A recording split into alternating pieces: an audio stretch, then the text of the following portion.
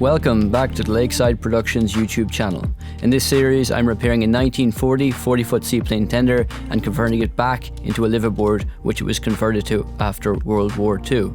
The boat is constructed of double diagonal mahogany hull planking and oak ribs.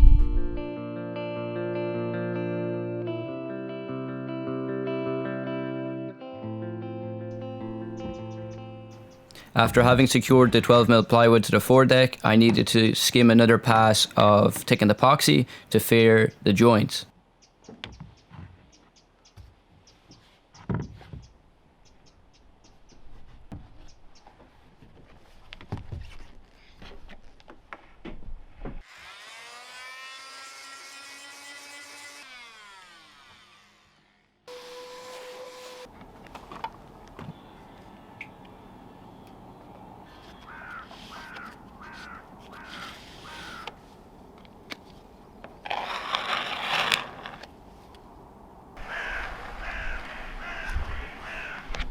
I then sanded down the cabin side so I could apply epoxy strips. So this will protect the 12mm plywood that we secured to the fore-cabin roof. It will prevent any water ingress and just to fully seal those edges.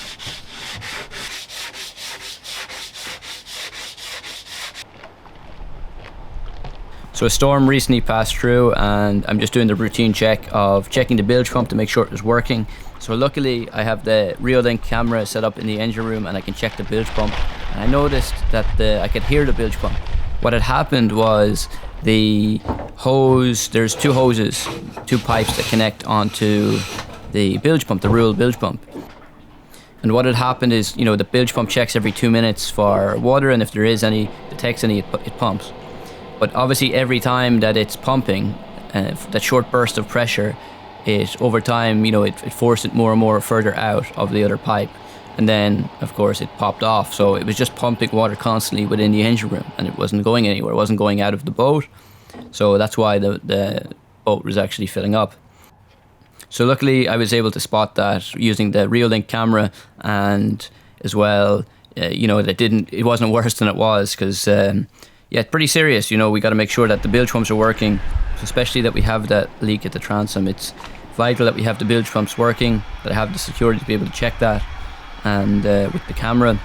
So that's why the Reolink camera is actually so vital here in the engine room, and you know, having those bilge pumps working at all times with that leak in the stern, it's so important. And again, guys, this is why we're taking the boat out of the water as soon as possible.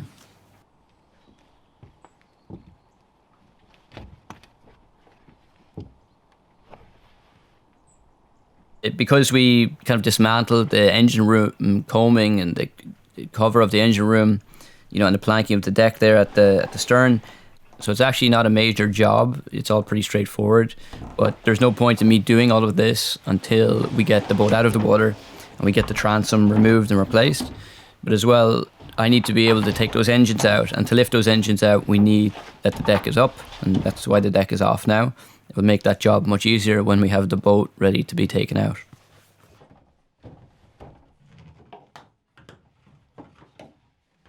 So some excess water does get in with the rainwater. You know, there's only so much that the covers can do.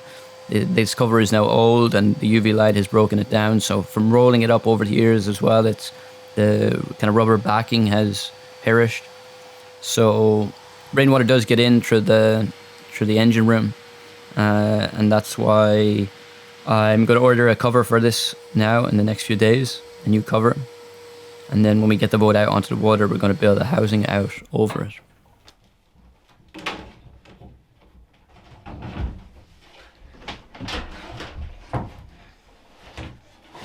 So I'm just firing up the diesel heater every few days to make sure to kind of heat up the boat and keep it warm, and keep it dry as much as possible. And then I have a dehumidifier as well that's always on a timer. It's on a schedule. It knocks on and off, and that way just keeps any moisture or condensation build up from the windows and everything.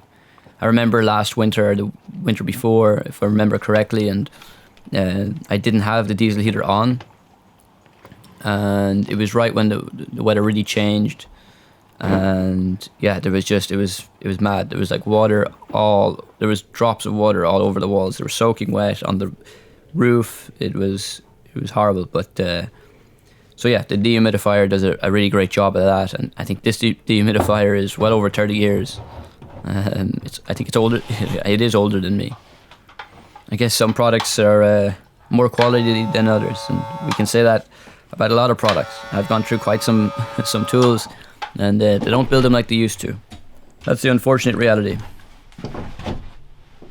I know you should never really remove your backup bilge pump from your boat, but I had to bail my late uncle's sailboat, Uncle Johnny's sailboat, so it was time to do that, and it doesn't have a bilge pump in it. It was something that I have to get done. Yeah, so I just have this small Seaflow with an automatic float switch built into it. I wouldn't say it's the best bilge pump at all, but it's good for if you're stuck. I think going forward I'll be buying more rural bilge pumps. They seem to be the best, and I've had great success with them, and they're very reliable. So yeah, it was time to install this back in the boat, and then to just have a small lead acid 12-volt battery for this, and that a month even on reserve, and then of course I got to charge it again. But yeah, it's a good 8 amp hour 12-volt battery, and it does the job. So I'm applying fiberglass strips to the fore cabin sides. This is going to help, again, protect the 12mm ply, and to, all the water will ideally run off the fore cabin roof and then down the sides over the tape, the fiberglass strip. They call it fiberglass tape, but it doesn't have any adhesive or anything. So then I just wet out the area first where I was going to apply the tape, then offer up the fiberglass strip, I should say. And you can see it start to become transparent, so you'll see it starts to soak the neat epoxy. And then I went over it once again with a brush and with neat epoxy on it, and you'll see it goes translucent, so it's taken well, and that's what you want to see. So unfortunately, because of the cold weather and the epoxy didn't set off fast enough, it was still kind of tacky when I put the cover back over it, and I had to because of the rain was on the way. And I didn't want any moisture or water to interfere with it. But unfortunately, so what had happened is the cover had, the weight of the cover on it allowed it to kind of curl at the edges, so it didn't get a good adhesion. So I had to redo the kind of port and starboard side, but only about half the length of the cabin. It wasn't too bad. And I found the best process for removing the old epoxy was just to use the sanding attachment on the multi-tool, the electrical multi-tool. 60 grit did a really great job of cutting through that epoxy, and I just used the hoover then to hoover up the epoxy dust at the same time, and it worked great.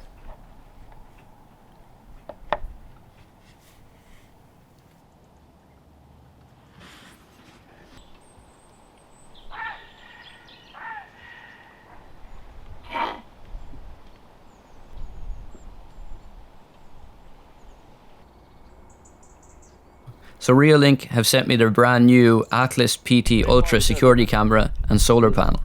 So I had the idea to install the Reolink camera on the mast of my uncle's sailboat. So my cousin Alex, my dad, and I all decided we'll check it out and see if it's something that's possible. Unfortunately, the ropes are so old on the boat, we couldn't trust them to make a bosun's chair. So we decided to add an extra extension ladder. So we all took turns to go up the ladder, and I braved it and went the highest, quite close to the top. It's definitely nerve-wracking, and it's not something that we could do safely. We decided it was just too dangerous to install anything up there, so we decided we would do it on the mast of the houseboat, of the barge, instead.